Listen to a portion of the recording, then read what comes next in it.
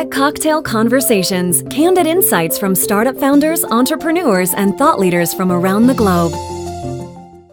I'm Paul Singh. I'm the founder of Dashboard.io. We're a benchmarking service for startups, but our customers kind of see us as sort of a Bloomberg terminal for the private markets. Before this, I was a partner at 500 Startups. I was an EIR at Homeland Security. Did some time at AOL, Symantec, CarMax, and I even had gas stations at one point. So Dashboard actually is years old. So I think it's now, our first code commit was 3 years ago, and it sort of took a back burner as we were building 500 Startups. Over the last, so we started, I think the first code commit was in 2009. It went on the back burner. It started doing some stuff. I started building more stuff on top of it as we grew 500 Startups. And then at the end of March of 2013, we spun it off of 500 officially, brought the full-time team on. Today, 70 plus other VCs and accelerators around the world use our platform every day. We facilitate, on a bad month, like 300,000 interactions between funded people around the world.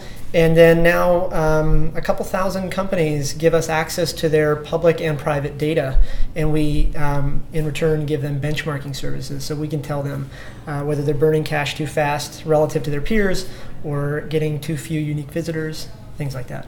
We get a lot of data, and I'd be lying if I told you that we completely know how to parse it all right now. But if you ask me that question again in about like a month, I think we'll have a much better answer for you. The tricky part is really normalizing that data, right? Because a conversion for an e-commerce company is very different than a conversion for a B2B SaaS company, and we're kind of going through that normalization right now. I will say the macro trend is that more and more companies are selling to customers in niche verticals that personally I would have never have thought about. So everything from like cricket players in Mumbai to moms in Kentucky. And so I think what we're really seeing from a macro picture is sort of the verticalization and regionalization of customer acquisition. The venture capital community, at least for the last 50 years, has really worked on this idea of asymmetric information, right? So VCs on the one side see a lot of deals, so they can kind of push for certain things, and founders on the other side have seen and talked to more and more angels and VCs, and so they can tweak other things. What we're really seeing now, and Dashboard fits right in this, is that we're seeing the playing field become more level. And with that being said, I think the VCs that are a little bit more forward-thinking, that understand that this leveling of the playing field is going to happen, respond really well to us. The ones that haven't yet gotten it, or maybe frankly don't want to get it, or have something to lose by that happening, frankly don't like us. That being said, though, our direct real customers aren't really the VCs. Certainly we do have products for them. The real customer for us is the LP. And what that is an LP is a limited partner. Anytime you ever take money from a VC that's investing somebody else's money, that's an LP's money.